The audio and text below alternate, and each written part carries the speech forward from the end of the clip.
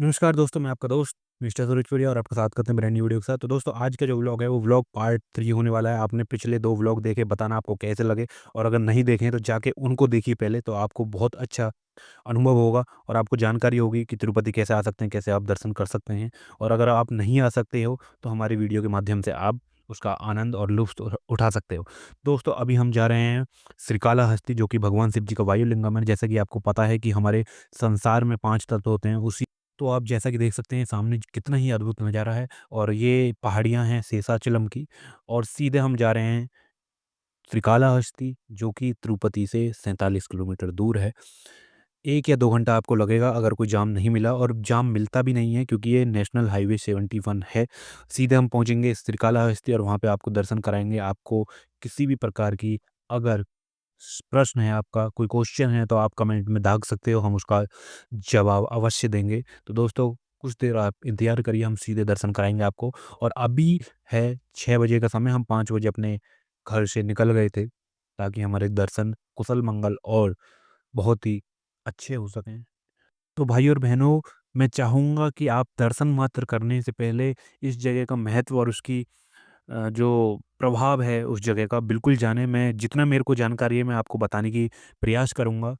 तो श्रीकालाहस्ती 3 शब्दों से मिलकर बना है, श्री, काल और हस्ती। श्री का मतलब होता है मकड़ी, काल का मतलब होता है सर्प जो कि साँप होता है, और हस्ती का मतलब होता है हाथी। तो इन तीनों के नाम पर ही इस जो तीर्थ स्थल का जो नाम है वो पड़ा है। तो इसके पीछे बहुत रहस्यमयी कहानी है। उस कहानी का उल्लेख मैं कुछ इस प्रकार से करना चाहूँगा, जितना मेरे को जानकारी मैं उतना बताना चाहूँगा, ठीक है?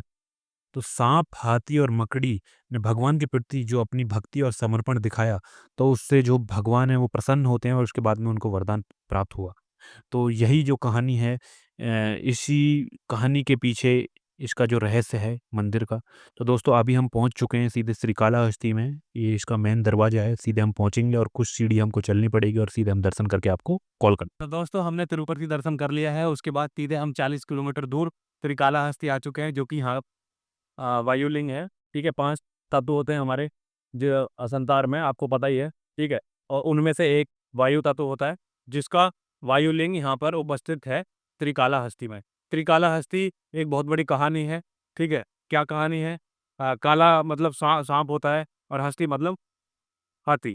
तो ये बहुत बड़े भक्त हुआ करते थे श्री शिव जी भगवान की। तो उनके बीच में कुछ कॉम्पिटिशन वगैरह हुआ था कि कौन बड़ा भक्त है, तो उसके हिसाब से उनकी भक्ति को दिखाने के लिए उन्होंने कुछ यहाँ पे करी थी। तो उसका जो मंदिर है यहाँ पे उपस्थित है, श्रीकालाहस्ती शिव जी का मंदिर है, वायुलिंग। और हमने मैं क्षमा चाहूँगा, मैं आपको अंदर से नहीं दिखा सकता क्योंकि यहाँ पे मोबाइल अलाउड नहीं है। ठीक है, हमने दर्शन वगैरह कर लिए हैं और हम सीधे हम जा रहे हैं ऊपर चोटी पर। ठीक है, यहाँ के शिखर को देखने जा रहे हैं, वहाँ शिव जी का मंदिर बना हुआ है। ठीक है, जो आपको मैं दिखा सकता हूँ मैं दिखाऊंगा। ये 40 किलोमीटर दूर है। अगर आप तिरुपति दर्शन के लिए आ रहे हैं तो सीधे यहाँ मतलब यहाँ भी आ सकते हैं। आप सोच सकते हैं 40 किलोमीटर दूर, और सीधे हाईवे के थ्रू आप NH 74 के थ्रू आ सकते हैं। तो दोस्तों, आपको मैं एक बार पूरा व्यू दिखा देता हूँ, कैसा नज़ारा दिखता है त्रिकालाहस्ती के। तो ये पूरा व्यू है, यही मंदिर है जिसमें हमने दर्शन करें। ठीक है, दर्शन के लिए आपको ज़्यादा सीढ़ी नहीं, मात्र आपको 100 से 150 सीढ़ी चढ़नी होती है। फिर दर्शन करने के बाद आप अपना फ़ोन वापस ले सकते हैं और ऊपर की तरफ आ सकते हैं। और अभी हम जा रहे हैं टॉप पे, देखते हैं शिव जी की मूर्ति बनी हुई है, देखते हैं क्या है ऊपर। नंदी भगवान भी हैं, और जो भी आपका दर्शन होंगे हम आपको भी करवाएंगे अपने साथ साथ। तो हमारे साथ वीडियो में बने रहिए। ठीक है, कहानी मैं आपको पूरी बताऊंगा। ठीक है, श्रीकालाहस्ती की वीडियो के साथ साथ। चलिए। तो भाई और बहनों, देख सकते हो कितना सुंदर और बहुत ही लुभावना नज़ारा, जो कि पूरा श्रीकालाहस्ती जो शहर है यहाँ से दिखता है ऊपर मंदिर की चोटी से। तो हमारे जो दर्शन हैं वो हो गए थे 1 घंटे के अंदर अंतराल के अंदर। और हमारा जो फ़ोन है वो नीचे ही, जब हम सीढ़ी मार्ग का चयन करते हैं उस समय ही हमारा जो फ़ोन है जमा हो जाता है।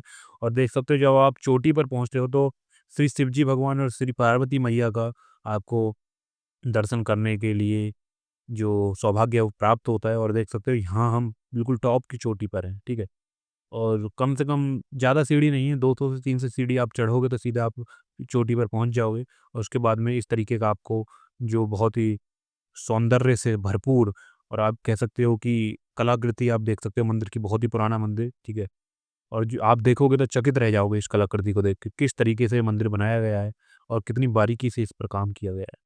दोस्तों, ये था वायुलिंगम जो हमने दिखाया आपको, और सामने कोई नदी भी है। ठीक है? इस नदी मुझे नाम नहीं पता नदी का क्या है, पर है कुछ नदी और सामने ये देख सकते हो ये भी कुछ हनुमान जी का मंदिर है। हमारे पास समय नहीं है तो हम जा नहीं पाएँगे, नहीं तो आपको इसके भी दर्शन करवाते। ठीक है? मैं कन्फर्म नहीं हूँ कि हनुमान जी का मंदिर है, किसी और भगवान का मंदिर है, पर कोई मंदिर तो है। तो दोस्तों देख सकते हो ये दर्शन करिए आप।